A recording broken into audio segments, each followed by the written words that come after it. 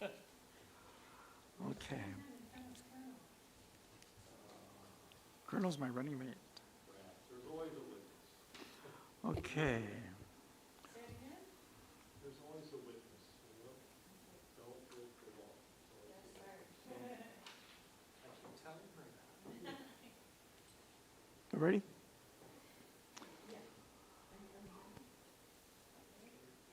Okay, I call this meeting of the Guam Election Commission to order. It is Wednesday, April 16th, 5:33 p.m. This is a reconvened meeting of the initial meeting on Monday, April 14th. So this is a reconvened meeting. Members present include myself, Jerry Crisosimo, Chairman, Commissioner Joe Maffinas, Vice Chair, Commissioner Pat Seville, Commissioner Benny Penala, and Commissioner Tony Gumatautau. Excuse absence is Commissioner Ricky Orsini and Commissioner Joe Meno. Also present is our Executive Director, Maria Pangilinan, and our Legal Counsel, Vince Camacho. Since this is a reconvened meeting, we left off at the executive session and new business. I'd like to flip that order and just go right into new business. And then we can go into executive session and then the rest of the remaining items of the agenda. Is that okay? Okay. New business then, Maria? So we're looking at precinct realignment. We've brought before you some information with regard to general election of 2024. Does he have 2022 as well? Yes. And Jack's preparing 2022 as well. We're looking possibly to lower the number of precincts, but You currently have 72. yeah. So the law says that the precincts cannot be substantially more than 800. So in some precincts, if you notice the voter by precinct, some actually have a little over 1,000. Yeah. So we are preparing for your review and for you to help make the decisions. Also, a summary, we have before you a summary of 2024. We'll give you a summary of 2022, the gubernatorial election. Commissioners, when we were looking at it, we were thinking that the number of precincts can go down as low as 45. If we do up to 1,500 per precinct. But in discussions with the staff, where the bigger precincts are, where there's more than 1,200, we were thinking about maybe 7 precinct officials for those. And then for the small precincts, we'll leave it at 5 precinct officials. We'll be saving quite a bit of money. I think we were looking at $22,000 just for precinct official stipends alone. I think it's appropriate at this time because of early voting. Then we thought about how many absentee ballots they will be getting. Because yes, we have early voting, and so we minimize the lines on election day. But then the precinct has more absentee ballots. Hence, the recommendation to have in the bigger precincts that have 1,500 or more than 1,200, having 7 precinct officials instead of the 5. And Mr. Chair, we'll give you more information. I mean, we're preparing the 22 summary, and let us know if you want more information, because this one's a drastic change, and then we'd have to go to the legislature to have them change the number, the number of voters per precinct, because right now it says substantially over 800. And so you're saying that potentially it could be precinct realignment can go down to 45 precincts? Mhm. And that'll mainly affect the larger, Villages, So right? we were thinking that, like in Dedido, it would be 5. Uh, Yeah, with. 5 precincts? What did we say? Yeah, Yes, 5 5 precincts, In at Dedido? 1,500 each. Yeah. Okay, yeah, 'Cause 15,000. what you're looking at is the general election voter by precinct. And if you look at what we have now, it's down to 41,000. Yeah.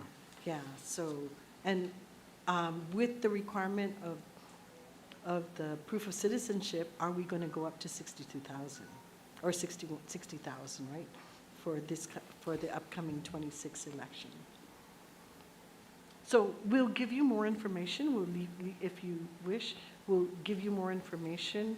But even as, Jack has the 22 now. And let us know what other information you may want for this. It's a big one, but I think one of the things we're asking for is, could we recommend to the legislature to change that part of the law, to make it 1,500, substantially over 1,500. And then the other part of the law that will change, that we may have to ask to change, is how many precinct officials per precinct. Right, and so in line with that, you'll conduct an impact on voter access and all of that. I know financially we'll save. So if we look at how many people line up on election day, the precinct officials, it's pretty, the customer service to the voters is pretty good with regard to Tazat line, on election day. And then because of early voting too, that Right, early voting right. allows, yeah. Mhm. So with that recommendation about making the precincts bigger, that the consequence comes with more absentee ballots going to each precinct. Hence the recommendation to increase the number of precinct officials for the bigger precincts, Yeah. those that have over 1,200. Mr. Chair, Marianne, with all that being said, what is the time frame for all this completion of changing the, and also because remember now you mentioned that we have to go to the legislature. Now, will the legislature act ASAP or how? The question here is, would we make it for the 2026 election or what? So our oversight, Senator Tello Taitagui, has already contacted us with regard to the executive order and with regard to precinct alignment.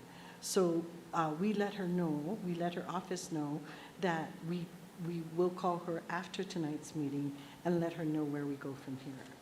Then the follow-up question I have is that once we go into this fiasco, excuse the language, the voters out there need to be educated where they're going to go if we're going to cut down, for example, to 45, because that's one of the main reasons that some of these voters get confused when they go to the precinct.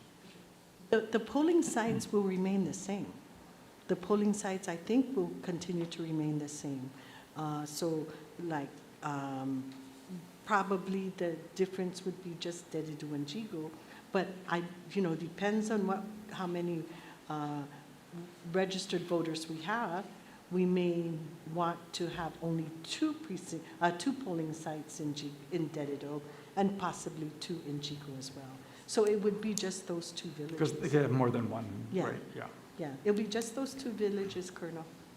Because last election I heard is that they went to the wrong precinct and they were sent down to the other precinct, and they don't want to vote either, even provisional. So I just want to make sure that we're looking for numbers that, we don't go into that obstacle again. And this was up in Dedido also, that's to mention there. Yeah. So it'd be Dedido and Jigo because there's more than one site. Yeah. So the site won't change, it's just the The number. categories of where their last names will fall. Okay. Commissioner Pinal? Mr. Chairman, real quick, just a concern. If we reduce the number of precincts, and we know that the flow of voters, you know, there's a low and then there's also a peak period. My concern is during the peak periods, you know, will we be able to address long lines and waiting times? Because that's going to be a big issue when people get off work or before they go to work or during their lunchtime. They have just a really small amount of time to get into the poll and vote.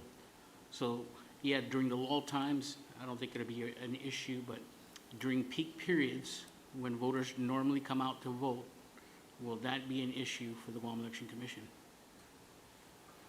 Mr. Chair, I Yes. think since 2018, maybe since 2018, we've not had long lines. We've closed the polls close to 8 o'clock after. We don't have long lines with 72 precincts, but once we reduce it to 45, you're Oh. compressing. Hence, yes. So you're probably can- going to see some lines. Well, that's if the turnout, I mean, based on the trend. Yeah. And then It's been again, going you're down. looking at, you know, peak periods, right, when voters normally come out to vote. You're not gonna see it, you know, when people are at work or, you know, the downtimes, you're not gonna see that. But the peak periods were when people, right before they go to work, they wanna get their vote in.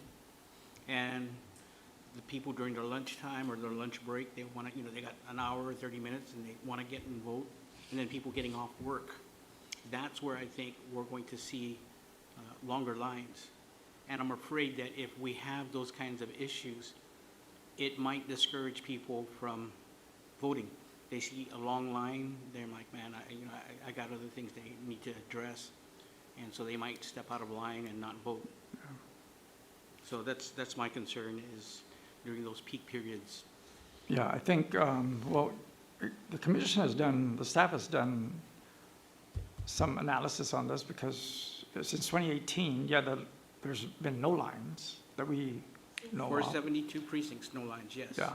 So for the concern 45. is if you reduce the precinct, would that impact the access? I think back in 2018, we had 67 precincts, I think, even then, yeah. And so only, we increased it to 72 to comply with the law. Mhm. And, Yeah. We increased it to 72, but the turnout is worse, yeah. has gotten worse. And Commissioner Benny, I think too, you know, with the 7 precinct officials, at the bigger precincts where there's more than 1,200,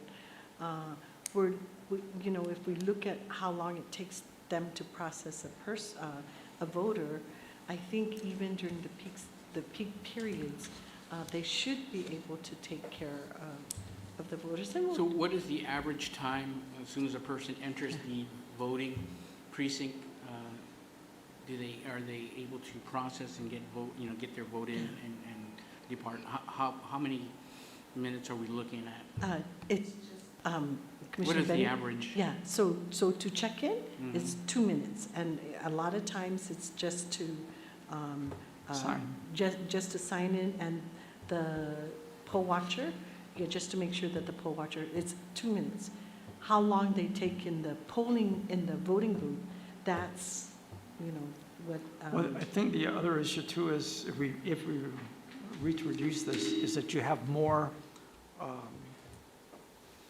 ballot stations because you're going to go from 72 to 45, you have those extra stands. So the more voting booths you have in those precincts, and the more the lines can go.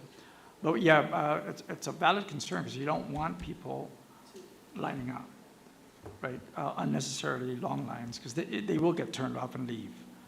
We've seen that in past elections, so. Mr. Chair, just a follow-up question on what Commissioner Benny was saying. With the long line, I know I experienced this, I think it was 2018 or whatever in Lahan when I had a long half year, is that on the 2026 election is a gubernatorial election, and this is where people comes out and vote. So following up the question on Commissioner Penala about the long line, you might see a long line, and I tend to echo that because it's a gubernatorial race, and people might, will want to go out there to vote. I mean, that's just me saying that, but because we're cutting it down up to 45. Was there a formula that reduces this to 45, or how do we come up with 45? Based on the 1,500? Yes, based on the 1,500. We looked at also 1,200. So that's something that we also looked at, and I think the number goes up just a little bit more with 1,200.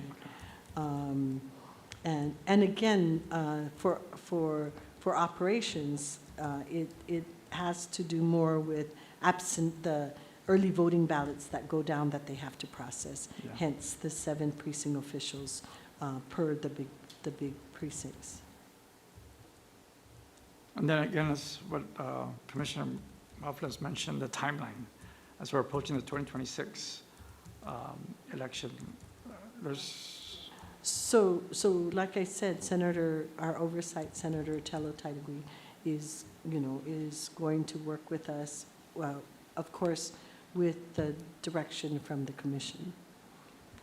So it would be working with her, there needs to be changes in the law with regard to the number of voters per precinct. That would be the only change that has to take place in the law.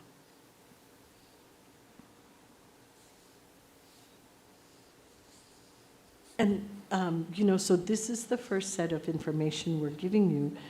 If you want, Commissioner Benny or any of the commissioners, what other types of information would you want for the next meeting on the precinct realignment? I think throughout the history, we've gone up and down, and I think 72 was the highest, and shoot, I don't remember what the lowest number of precincts was, but the number of registered voters was much lower than what we have now. I mean, the 2022, the handout that Jack did for 2022, that's a gubernatorial year. And the overall turnout was only 42%, and you had an incumbent governor running for re-election. So you think that turnout should have been much higher than the 42. We have a 2026 election coming up for gubernatorial, which is open season. I don't anticipate that we're going to have any higher than this 42%. I hope I'm wrong, but it's Mr. based Chair, on trend. Yeah. And But based Mr. on Chair, the previous How about elections. the candidates? It sounds like we're going to, for the general election, we're going to have a fight for the district attorney. For the general election, they've already started coming out and campaigning, so is that going to drive the voters to the polls? We're shaking our heads. I hope so. I hope so. Does the public care that much about the AG? I don't know. I know the lawyers do, but I don't know. Not many lawyers to turn the election, but I tend to go with data and trend, and if we look at the last 4 or 6 elections, there's a trend here, and it's not a good trend. And hopefully 2026, being a gubernatorial year, it's open season, whether you have an AG's election, that, we're going much higher than a 42. This is what we have to beat, is a 42%. In 2024, it was only 39%. Mr. Chair, it's 56% for 22. At the bottom number. Where'd you get 56? Oh, At yeah, the- 56, yeah. Total voted. At the bottom, the Yeah, third column, right. yeah. It was the 42 was the election. The term. election, Hungen, yes. Okay. Okay, so then you'll give us some, Yeah, and then Direction on- I'll ask you, I'll reach out to all of you to ask you what other types of information that you may want us to yeah, produce for you. it's the voter access, I think, is very important, and we want voters to have the same transparent access as they have today Yeah. if we were to change this, Yeah. Okay. right? Because when there's long lines, there are complaints. Yes. And who do they complain about? Is the Guam Election Commission. So we've been doing a good job in avoiding those long lines. So, Commissioner Benny, so like in Inalahan, it would be, remember, in 2016 is when we have problems in Inalahan, yeah. So in Inalahan, based on 1,500, it'd be only one precinct. Talafofu would be one precinct, but we will have 7 precinct officials there. Malesu, I think, is one, right? Yeah, when we looked at it, and we'll show you what we came up with, yeah. And then I think the voting booths, I think if you expand the number of voting booths per precinct, that could cut down the wait. Because the ones we took down, the precincts that we took down, right? We Yeah, can put, we use have those, additional yeah. voting booths for them, for the other ones. Okay. So- Okay, any further questions, comments on that? Okay, you want to go to item B? Mr. Chair, legal counsel, I wonder if, with the concern about the election creeping up on us, I wonder if the commission would want us to start conversing with our oversight, to start talking about, changing the number, but we don't know the number. And I wonder if this legislature would be amenable to saying, let the commission decide, because in the past, they wouldn't let the commission decide how big the precincts are. So I wonder if that's something that this legislature would allow you to decide how big these precincts are, and if the commission would like me to start talking with our oversight to start discussing this. Well, I mean, we can make the recommendation based on the staff Okay, analysis, right? The commission can agree or disagree with it, okay. and then the legislature can decide whether they Okay. scrap that or have their own. Okay, the citizen-centric report? The citizen-centric report? That was delivered to you from the Monday packet? Yeah, Yeah. okay. Any Okay, questions on and so that? it was submitted on time to the OPA and the legislature. Okay. And so the next one on C, Mr. Chair? Yes, the U.S. election assistance. Yes. So the meeting is next week on Wednesday. Okay. So Ana Ramirez is the local official representative for Guam, and I'm the state representative for Guam. So we will be traveling on, the Standards Board meeting is always covered by the Election Assistance Commission. So they provide all the expenses for that. But we wanted to piggyback off that travel. Our vendor is looking to show us the whole suite of the voting systems, where they have the electronic signature roster, they have the central voter registration system, they also have precinct counter and the results management. So our vendor is looking at South Carolina. So it would just a matter of a few days extra to be in America to be able to look at this.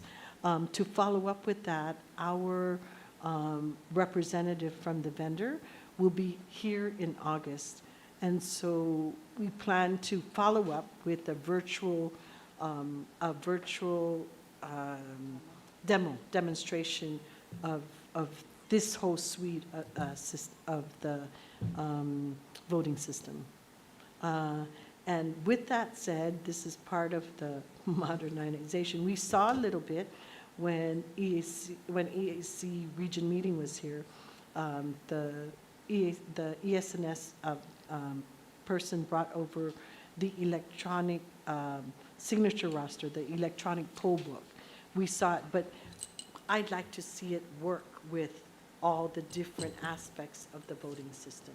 So that's what we're going to be able to observe in South Carolina after the EAC meeting. And where do we go from there, sir? Well, one of the things that we've been discussing is if it goes well, to pilot it in a few of the precincts or a couple of the precincts, if this is something that Guam would like to see. Or even the early voting period. Yes. Yes. So I know Maria mentioned, one of the suite is the signature, the e-poll, the book, right? Mm-hmm. So I think the advantage of that is it avoids people voting twice in different precincts, because you don't catch that until after. But this one will, because it's electronic, if somebody goes to Dedado and that's where they register to vote and ends up in Tamuning again, that system will actually flag that voter from not voting in Tamuning. Unlike the manual way where you have the list, you have to reconcile that after the election, which, so that's one of them. And then the other suites, I think this goes in line with our goal of modernizing the election eventually with many different tools, right, to either modernize it or move to the electronic way. Any questions or comments? And when does this take place, next week? Standards Board meeting is Wednesday next week. So we'll be there, and then we'll be traveling to, and just we will drive down by car to South Carolina. Okay. Any other new business? Okay, let's move to legal counsel. Any update on that obstetrics and gynecologist? No, Mr. Chair, there's no update to what's going on in that case, other than attorneys are withdrawing. Okay. So, status quo. Mr. Chair, legal counsel and our staff have been talking about the president's executive order.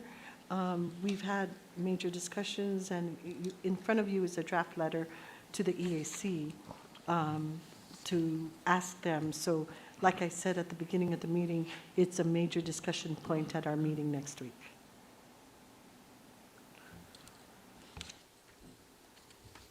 Mr. Chair, before we go any further, I know that we've been humping this one, but on that complaint from the Hagatna mayor, are we still waiting for that, or can we close it out? It's been, hasn't been showing up or whatever. Is there any information about that, rather than just, pending? Hagatna, yeah. The voter registration list. Yeah, so a couple months back, we got confirmation that she was on island. And I believe Tom and/or Helen had talked with her. And we had mentioned the meeting dates, but we can follow up with her. And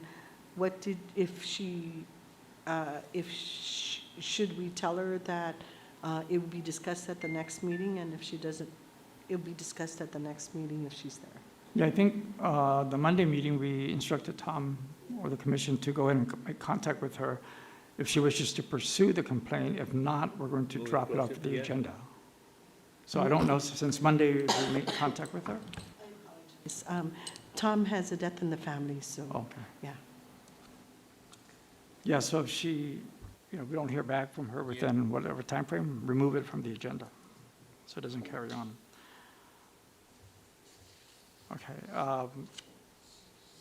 let's move then to executive session for the executive director's evaluation. Just one point, Maria, the letter to Chairman Palmer, yeah, I just have some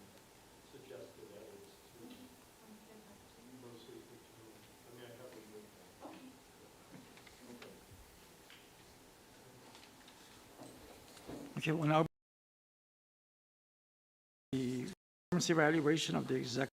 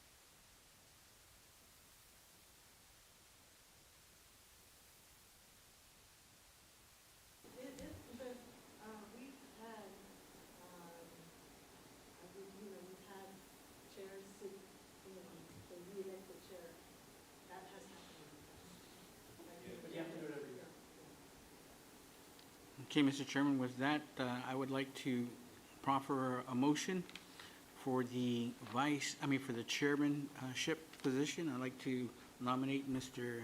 Jerry Chrysostomou to be chairman of the Guam Election Commission. Is there a second? State, restate. Mm-hmm.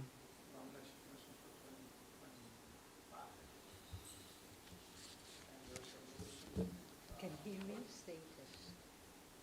Yeah, you want to read, well, I'm going to open the floor for nominations for the office of chairman of the Guam Election Commission. And Commissioner Pinala has nominated Jerry Chrysostomou. Is there a second to that? I mean, is there a second to that nomination? Second by Commissioner Bofnas. Are there any other nominations on the floor? Any discussion? Any discussions? Is there any discussion? Both nominations because Okay. Let me inquire about this, and I kind of forget now. Let's see, in our last gubernatorial election, which was 2 years ago? 2024. 22. Okay, there is, far be it for me to tell the parties what their agreements have been in the past, but there, as a disinterested outsider, as long as I've been on the commission, there has been a gentleman's or gentlelady's agreement between the parties that the chairmanship would rotate so that it would alternate every gubernatorial election, or there would be a Republican for one gubernatorial election, and the next gubernatorial election would be a Democrat. And in between that, there could be, there were changes, but for the gubernatorial election year, it would always switch parties. Alternate parties, not switch, alternate parties. So who was chairman the last, what, I think it was a Democrat. Democrat, yeah. Yeah, the Democrats Okay. chaired, Alice. Yeah, Alice yeah, yeah. on the 2022. so the Democrats chaired the 2018 gubernatorial and the yeah. 2022. Right. So Republicans haven't chaired for the last two gubernatorial. Right, well, that's another thing, that's the Republicans' fault. They kind of ceded the field that year, much to my surprise. But that's between you guys. In any event, if that is still the agreement of the parties, and it's a great agreement because it avoids conflicts, then looking forward, are we in agreement that it will be a Republican for the next gubernatorial election? Yes. And then, okay. Next gubernatorial will be Democrat, right? And how long does the chairmanship last? A Just year. 1 year. So he year. can be reelected again next year. Yeah. Okay, Okay? Yeah. okay, It's okay. only fair because, and this Yeah. gentleman agreement and all that, because Alice was the Chair. Democrat for the, Sure. chair in the 2022, Yeah. so he'll be on the chair. Okay. I mean, he can be reelected again. Chairman for life. You're running short meetings. That'll get you reelected right there. That cuts across party lines. So, Mr. Chairman, my Okay. Nomination still stands. Yes, so Okay. there's a nomination on the floor. It's been seconded. What about my seconds? Is still Okay. Commissioner Joe Mopna seconded the nomination. Any further discussions? Any further nominations for chair? Move to close, Mr. Chairman. Okay, move to close. All those in favor of Aye. Jerry Chrysostomou as chairman, say aye. Okay, aye. Okay. We'll move then, open the floor for nominations for the vice chair. Mr. Chairman, I'd like to nominate Mr. Joe Muffness as our vice chairman for the Guam Election Commission. Okay, nomination Second. for Joe Mofnas as vice chair of the commission, seconded by Commissioner Pat Seville. Any further discussions? Seeing none? Move to close. Okay, move to close. All those in favor of Commissioner Joe Mafias as Vice Chair of the Guam Election Commission, say aye. Aye. Oppose? Congratulations to both of us. Okay. Public comments?